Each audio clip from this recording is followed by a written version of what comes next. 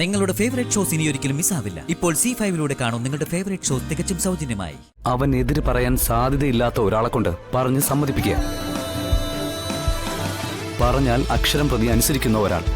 നീ ആരുടെ കാര്യം ഈ പറയുന്നേ? സത്യമേ, മറ്റാരുമല്ല, ശാലിനി തന്നെയാ. എന്റെ അമ്മയോടൊപ്പം ആ വീട്ടിൽ കഴിയുന്നതിനൊക്കെ ഭേദം ജയിലിൽ കഴിയുന്നതാ. ചെന്ന് പറഞ്ഞേക്ക് ഞാൻ ജാമ്യാപേക്ഷയിൽ ഒപ്പിടില്ലെന്ന്. വിഷ്ണു ബ്രോ എന്തൊക്കെയായി പറയുന്നത്? ശാലിനി ബ്രോയെ പുറത്തിറക്കാൻ നെട്ടോട്ട് ഓടിക്കൊണ്ടിരിക്കുക. ആ കണ്ണീര് കണ്ടിട്ടെങ്കിലും. അതെ, ആ കണ്ണീരാ എന്നെ ഉടലോട് നിർത്തിയങ്ങ് ദയിപ്പിക്കുന്നേ. അവളെ ഒന്ന് കാണാനോ ഒരു ആശ്വാസമൊക്കെ പറയാനോ നമ്മൾ അമ്മ എന്നെ സമ്മതിച്ചോ? ശാലിനിയൊത്തുള്ളൊരു ജീവിതം നമ്മുടെ അമ്മ എനിക്ക് തരില്ല. പിന്നെ ഞാൻ എന്തിനാടാ ജാമ്യത്തിന് പുറത്തിറങ്ങുന്നേ?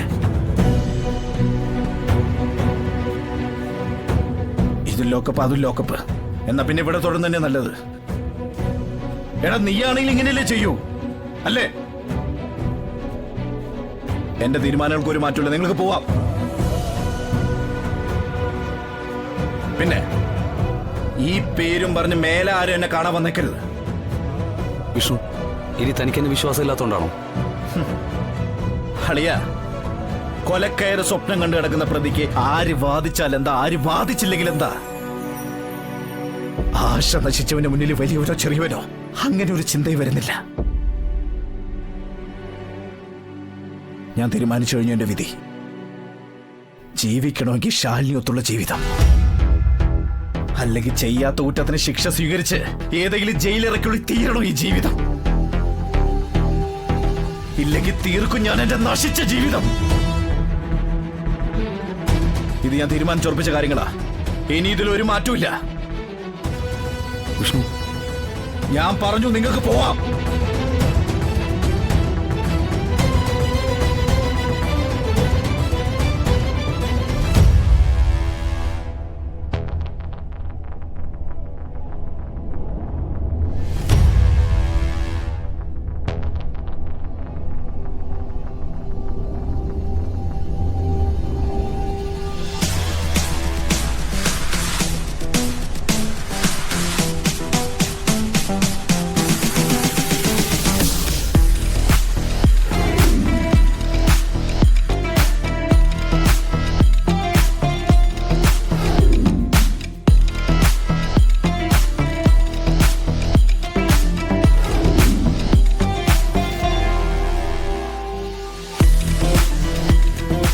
അപ്പോ ഈ അമ്മയെ അവൻ മനസ്സിലാക്കുന്നില്ല.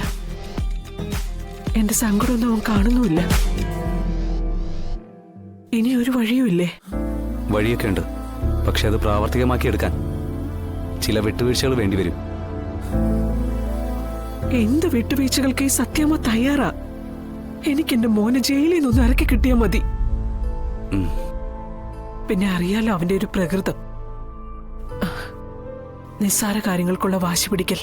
ദേ, അതൊന്നും നീ കാര്യമാക്കണ്ട. വിഷ്ണുവിന്റെ മനസ്സിൽ എന്തൊക്കെയോ പരിഭവങ്ങളും പിണക്കങ്ങളും ഉണ്ട്. ആരോടൊക്കെയോ ദേഷ്യവും ഉണ്ട്. പിന്നെ ഇപ്പോൾ വിഷ്ണുവിന്റെ ജീവിതത്തിൽ നടന്നുകൊണ്ടിരിക്കുന്നതെല്ലാം അവന്റെ യഥാർത്ഥ ജീവിതത്തെ ബാധിക്കില്ല എന്നൊരു തോന്നൽ, അത് അവന് തന്നെ ഉണ്ടാവണം. മനസ്സ് മരവിച്ച് നിൽക്കുന്നതിന്റെ മുമ്പിൽ പുതിയൊരു ജീവിതത്തെക്കുറിച്ചുള്ള ചിന്തകളും സ്വപ്നങ്ങളും നമ്മൾ ഉണ്ടാക്കിയെടുക്കണം. ഉള്ളിലുണ്ടായിട്ടുള്ള നിരാശയും വേദനയും മാറണം. എങ്കിൽ മാത്രമേ ജാമ്യത്തിന് വേണ്ടിയിട്ടുള്ള പേപ്പറിൽ അവൻ ഒപ്പിടാൻ സാധ്യതയുള്ളൂ.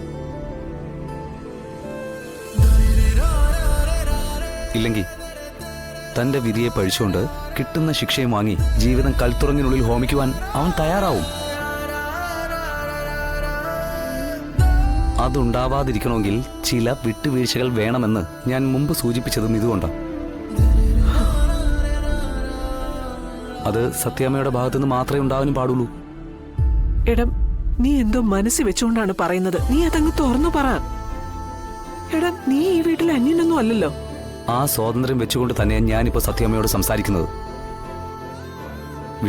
വിഷ്ണുവിന്റെ സമ്മാനസാലെ ജാമ്യാപേക്ഷയിൽ ഒപ്പിടില്ല. പിന്നെ എന്താണ് മാർഗം? മാർഗം എന്തായാലും ലക്ഷ്യമാണല്ലോ സത്യാമ്മയെ പ്രധാനം. അങ്ങനെ നോക്കുമ്പോൾ വിഷ്ണുവിനെ കൊണ്ട് പറഞ്ഞ് സമ്മതിപ്പിക്കാൻ പറ്റുന്ന ഒരാളെ കൊണ്ട് വിഷ്ണുവുമായിട്ട് സംസാരിപ്പിക്കുക. അവൻ എതിര് പറയാൻ സാധ്യതയില്ലാത്ത ഒരാളെ കൊണ്ട് പറഞ്ഞ് സമ്മതിപ്പിക്കുക. പറഞ്ഞാൽ അക്ഷരം പ്രതി അനുസരിക്കുന്ന ഒരാൾ. നീ ആരുടെ കാര്യം ഈ പറയുന്നേ? സത്യമേ, മറ്റാരുമല്ല, ശാലിനി തന്നെയാ.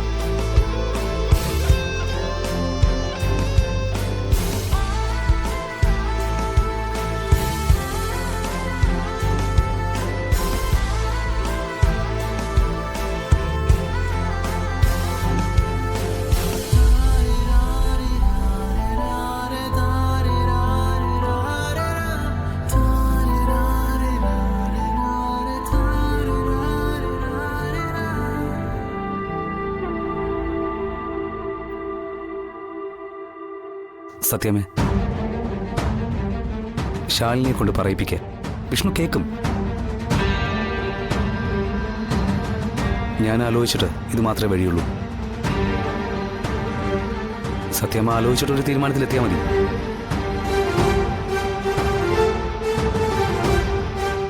എത്രയും വേഗം കാര്യങ്ങൾ നടന്ന എല്ലാവർക്കും ഗുണകരമാകുന്ന വിധം എനിക്കെന്റെ ജോലി എത്രയും വേഗം തീർക്കാൻ പറ്റും. ഇല്ലെങ്കിൽ കാര്യങ്ങൾ നീണ്ടുപോയാൽ കഷ്ടത്തിലാവുന്നതും അനുഭവിക്കുന്നതും നമ്മുടെ വിഷ്ണു തന്നെയാവും എന്നുള്ള കാര്യം ഓർമ്മ വേണം.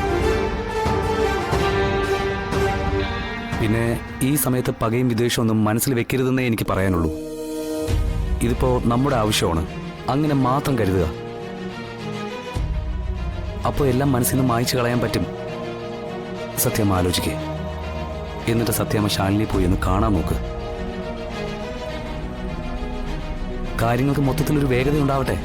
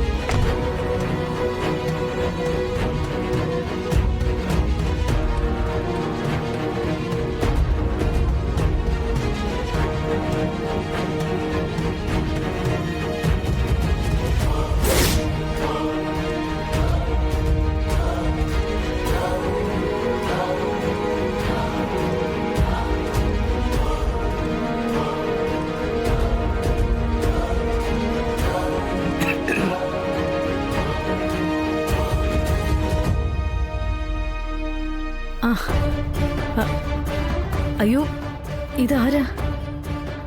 എനിക്കങ്ങോട്ട് കയറാവോ? വീട്ടിൽ വരുന്നവരെ പുറത്തു നിർത്തി സംസാരിക്കുന്ന ശീലം ഈ വീട്ടിലുള്ളവർക്കില്ല സത്യമേ.